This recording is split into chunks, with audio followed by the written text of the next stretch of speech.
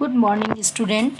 आज हम हिंदी पाठ 6 स्वस्थ तन सुखी जीवन के बारे में अगली बार जो पढ़ चुके हैं उसके आगे का गद्यांश पढ़ेंगे कि किस तरह से दादाजी ने बच्चों को सफाई के बारे में समझाया और उन्हें प्रतिदिन स्नान करने, नाखून काटने की बात समझाई। आओ आगे हम पढ़ते हैं।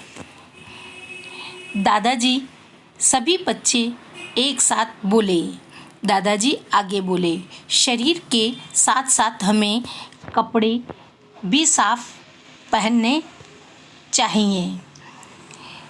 गंदे कपड़े कीटाणु हो सकते हैं, गंदे कपड़ों में कीटाणु हो सकते हैं।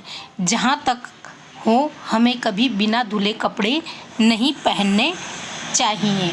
दादाजी ने समझाया कि हम खेलते हैं, इधर उधर घूमते हैं तो हमारे शरीर के अंदर मिट्टी के कण और धूल के कण लग जाते हैं, जिससे कपड़े गंदे हो जाते हैं। तो हमें रोज़ाना स्नान करके साफ़ सुथरे कपड़े पहनना चाहिए। हमें घर भी साफ़ सुथरा रखना चाहिए। सुषमा आकर बोली तो दादाजी ने कहा, बहू, इस बात पर तो तुमने अच्छी तरह अमल कर रखा है। सुबह उठते ही झाड़ू लगाकर तुम पूरे फर्श और दीवारों की धूल साफ कर देती हो। बच्चों को पता होना चाहिए कि गंदगी से कीटाणु के फैलने का डर बना रहता है।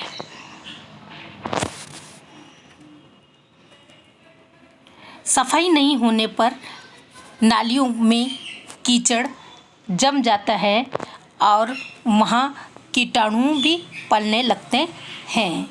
दादाजी ने यह भी कहा, खुली धूप और ताज़ी शुद्ध हवा स्वास्थ्य के लिए ज़रूरी है।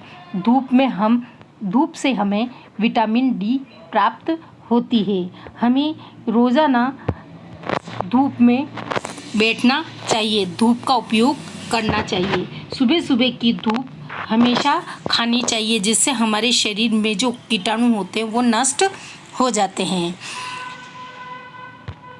जो शरीर के लिए बहुत ज़रूरी है। हम जो पानी पीते हैं वह शुद्ध हो। पानी को छानकर पीना चाहिए। पानी ऐसे कुएं का हो जिनकी रोज़ाना सफाई होती हो। वह समय समय पर वहाँ दवाइयाँ छिड़काव होता रहता हो। तोशी बोली, हमें गुरुजी ने भी बताया है कि गंदा पानी पीने से हम बीमार पड़ जाते हैं। सही बताओ या तुमने?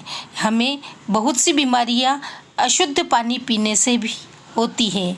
हमें शुद्ध पानी ही पीना चाहिए। तभी माँ ने आकर आवाज़ लगाई और कहा कि बातें ही करते रहोगे या खाना लगा दूँ? अरे याद आया बच्चों, हमारा भोजन भी शुद्ध और ताज़ा और पौष्टिक होना चाहिए।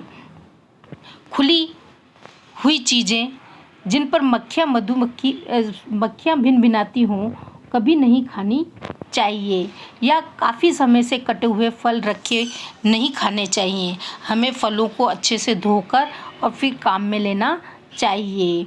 खुली चीज़ें और पहले से कटी हुई चीज़ों में कई कीटाणु होते हैं, जिससे हमें बीमार पड़ने का भय बना रहता है। विद्यालय में हमें मिलने वाली डीवॉर्मिंग की गोलियां भी प्राप्त होती है, जिससे पेट में होने वाली बीमारियां दूर होती है। वह आयरन की गोलियां भी मिलती हैं, जो हमारे स्वास्थ्य को तरोताज़ा रखती है। दादाजी कहते गए, खाना लगा तब तक उन्होंने यह भी बता दिया कि अच्छी तबीयत के लिए हमें कसरत भी करनी चाहिए। रोज़ाना खेल में रुचि लें, मगर खेल वे खेलें जिनसे हमारा शारीरिक व्यायाम भी हो सके, जैसे kho kho, kabaddi, football, volleyball, badminton तैराकी आदि ऐसे खेल हैं जिससे हमारा व्यायाम भी होता है। तभी दादी जी टहलते टहलते आ गई और बातें सुनकर कहने लगी, कुछ मेरी भी सुन लो। खुश रहना हमारे स्वास्थ्य की निशानी है। न चिड़चिड़े हों, न गुस्सा करें, न किसी की चिंता करें, धीरज रखें और प्रसन्न दिखाई दें। कहा है, हंसो और हंसाओ, अच्छा स्वास्थ्य पाओ।